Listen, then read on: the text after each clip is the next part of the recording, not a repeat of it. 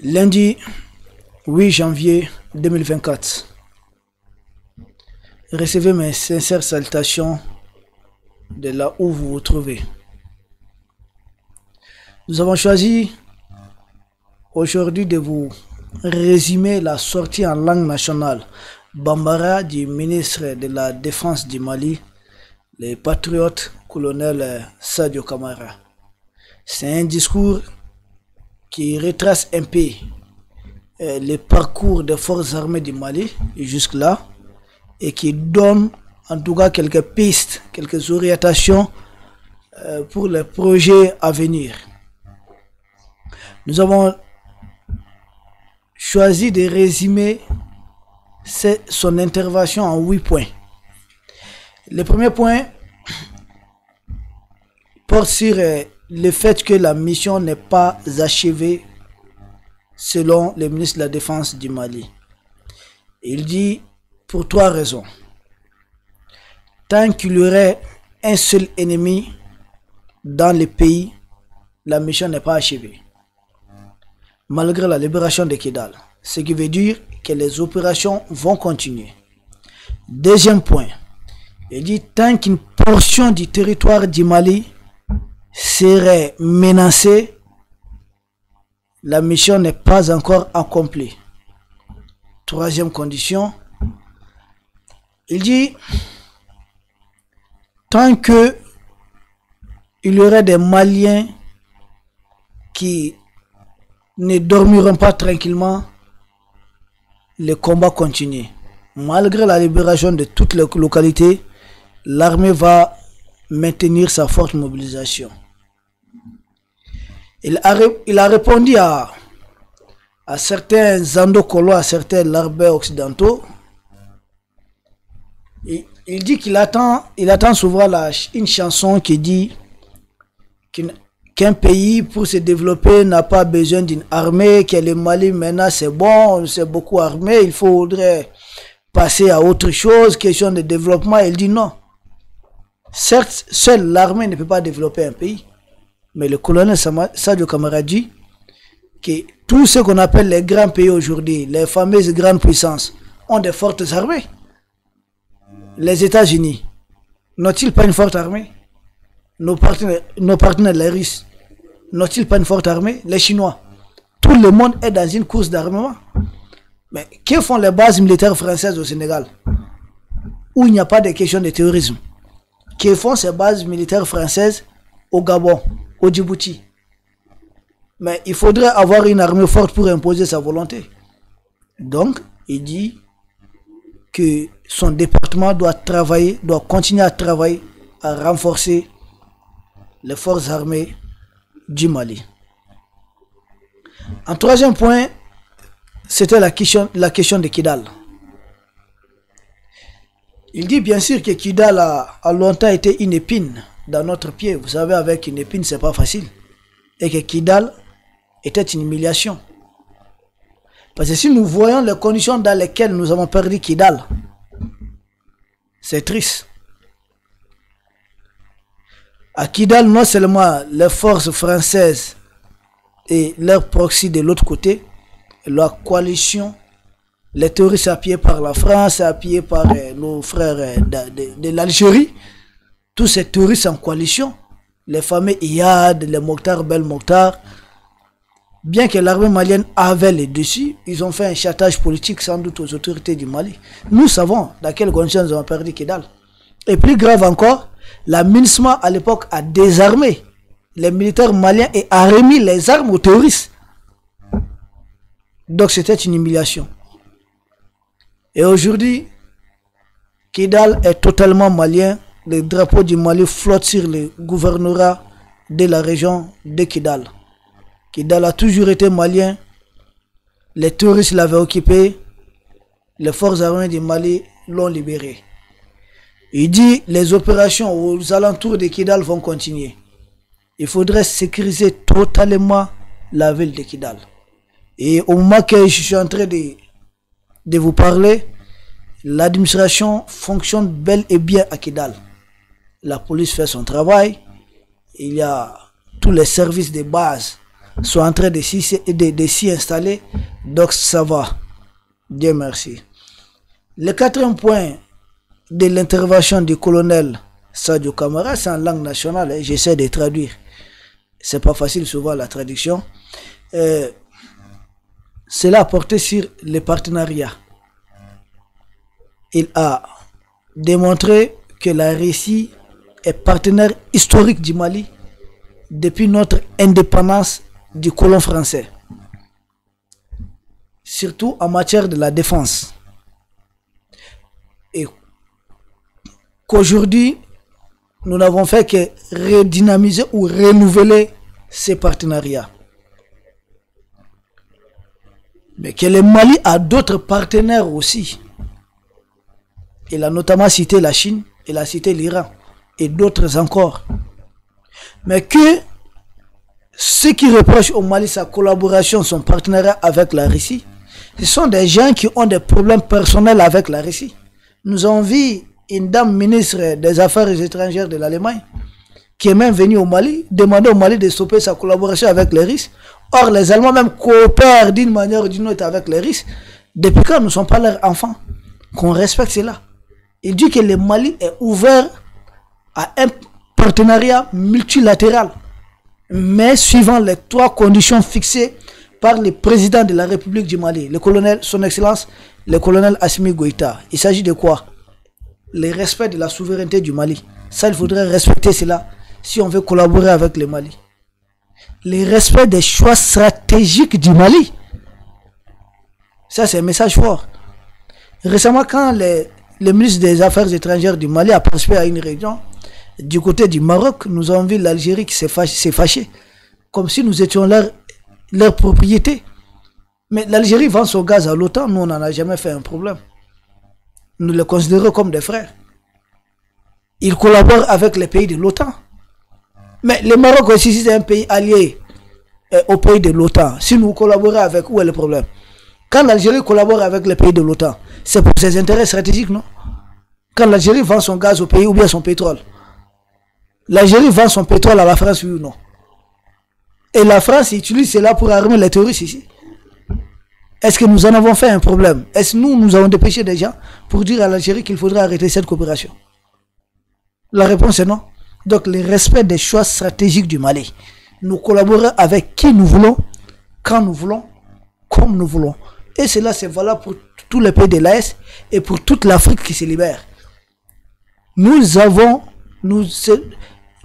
C'est-à-dire chaque État, entre les États, là, il n'y a que des questions d'intérêt. Si nous avons des intérêts avec les risques, nous collaborons très bien avec eux. Si nous en avons au-delà de la Terre, pourquoi pas? Après, tous les Occidentaux ne vont pas, et tout le monde est en train de courir derrière l'espace, non? C'est pourquoi. Et ces gens qui le font là, ils n'ont pas des pauvres chez eux là-bas. Pourquoi aller fouiller dans l'espace? Nous continuons. Le 6e point, il dit que le départ de Barkhane, de MINUSMA, n'a créé aucun vide au Mali. Que toutes leurs emprises ont été bel et bien occupées. Au contraire, le vide a existé avec leur présence. Car c'est en ce moment que les forces armées du Mali ne pouvaient pas aller partout. Et que après leur départ, vous et moi, nous conviendrons que sans le départ de la MINUSMA de Kidal, l'armée malienne n'allait jamais prendre le contrôle physique de la ville de Kidal. Donc leur départ a été très salutaire pour les forces armées du Mali. En 7e point, le colonel Sadio Camara, ministre de la Défense, dit que la mobilisation, la forte mobilisation, quand on parle de la mobilisation, c'est-à-dire l'achat des matériels militaires, le recrutement, la formation des hommes, des militaires, leur équipement et leur opérationnalisation, c'est-à-dire c'est déployé sur les théâtres d'opération. Ça, il dit ça va continuer, ça va même accroître tant que les actes terroristes vont continuer. Il a cité 3 éléments clés. tant que les actes terroristes vont continuer, premier élément, tant que certains nourriront certaines mauvaises idées contre les Mali, contre l'unicité du Mali, contre l'intégrité territoriale du Mali. Qu'est-ce qu'il veut dire par là? C'est un message. Tant que certains penseront qu'ils vont négocier un accord pour diviser notre pays et offrir cette part belle aux Occidentaux et à ceux qui sont derrière eux pour des raisons énergétiques, des raisons d'hydrocarbures, ces gens-là se trompent. Tant qu'il y a une telle menace, la forte mobilisation de l'armée va continuer. Personne n'a le droit de prétendre vouloir diviser notre territoire. Se cachant derrière des faux prétextes, souvent un prétexte communautaire, souvent un prétexte même qui est en soi-même raciste, c'est des farfelus quoi. Souvent non, le sud est développé, le nord n'est pas développé. Il y a quelle partie du Mali même qui est développée là? Depuis qu'on a offert notre pays à ces prétendus démocrates, des gens qui ont désarmé notre armée, des gens qui ont privatisé toutes les grandes sociétés d'État, des gens qui ont agenouillé notre éducation, des gens qui sont livrés à tout, n'importe comment, des fonctionnaires qui étaient sur des simples motos ici, 2 ans après, avec l'avènement de cette démocratie, sont devenus des milliardaires. Tant qu'il y a des gens qui rêvent vouloir diviser le Mali, menacer l'intégrité territoriale du Mali, cette forte mobilisation va continuer. Il dit, tant qu'il y aura des Maliens qui vivront avec la peur d'insécurité dans leur village, dans leur hameau, dans leur localité, cette forte mobilisation ne va pas s'arrêter. À 8e point, le dernier sans doute, c'est une interview de 30 minutes, j'essaie de résumer au maximum. Le 8e point, les questions des droits de l'homme. Il envoie les France-Africains, il envoie les impérialistes à l'école des anciens. Il dit que le Mali est un grand pays, bien éduqué, bien civilisé, avant que les colons ne mettent pied ici, chez nous au Mali. Le Mali maîtrisait déjà les questions des droits humains. Au Mali, nous avons le cousinage à plaisanterie. Ce n'est pas le colon qui a apporté cela. Et une façon de protéger toutes les communautés. Même les noms de famille. Moi, par exemple, je suis Soniké. Mes cousins sont les Malinqués. Entre nous, il y a cette plaisanterie. Donc, il n'y a rien. Le colon ne nous a rien appris qu'à nous diviser, que la haine et autres. Mais entre nous en Afrique, mais les aînés étaient très respectés. Personne, aucun cadet n'osait s'apprendre à un aîné. C'est pas comme ça que les gens pouvaient se livrer la guerre ou bien bataille. Donc nous, on maîtrisait déjà les questions de protection des droits de l'homme. Les orphelins, tout le monde était bien protégé. C'est pas comme l'homme occidental qui a créé les chars de combat et tous les prétextes pour faire des orphelins. Donc pour nous, les questions des droits humains sont des questions historiques. Deuxièmement, le colonel Sadio Camara dit que quand nous, Maliens, nous, Africains, on partait aider les Français à se défaire de l'ère nazie, nous y avons respecté les droits de l'homme là-bas. Vous n'attendrez nulle part, mes chers frères et sœurs, chers parents, dire que les Noirs qui ont été libérés ou les Africains qui ont été libérés, aider la France à se libérer, ont violé les droits humains en Europe. Non, ce sont les Français eux-mêmes, une parenthèse, ce sont les Français eux-mêmes qui ont violé les droits des Français en France là-bas. Et il y a eu plus de 100 000 Français qui ont été tués à la fin de la Seconde Guerre mondiale. On les traitait des collabos. des gens qui ont collaboré avec les Allemands. Il y a des femmes qui sont fait raser tous les cheveux, soi-disant qu'elles étaient des copines des Allemands, ou leurs amis, ou leurs cuisinières même. Beaucoup de Français ont été exécutés pour avoir simplement cuisiné pour les Allemands. Ça ne se passe pas au Mali. Et la fameuse anarchie française qu'on appelle la Révolution française, il y a eu plus de 17 000 Français qui ont été guillotinés. Ça ne se passe pas au Mali, il n'y a pas la guillotine ici. Donc nous n'avons pas de leçons à recevoir en matière des droits de l'homme. En tout cas, pas de la part des impérialistes. Tout pays qui a colonisé un autre est très mal placé pour parler des questions des droits de l'homme. Tout pays, tout État qui a esclavagisé d'autres États ne peut pas parler des questions des droits de l'homme. C'est quoi la colonisation? C'est quoi l'esclavage? Bizarrement, on fait passer la colonisation et l'esclavage comme des normes. Et pour terminer, le colonel Sadio Camara a regretté qu'un bateau rempli de civils a été attaqué ici au Mali, sans que les fameux donneurs leçons des droits de l'homme ne protestent, ne lèvent, ne condamnent, ne lèvent les petits doigts. Les Maliens qui y ont été tués, voire assassinés, voire massacrés même, ne sont-ils pas des humains? N'ont-ils pas des droits? N'ont-ils pas le droit à la vie? Méritaient-ils ça? Et là, on ne condamne pas.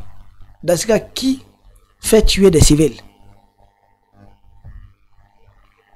Des camps militaires du Mali attaqués avant l'entame de cette transition, quand on était encore entre les griffes de la France et que les avions de combat français ne décollaient pas.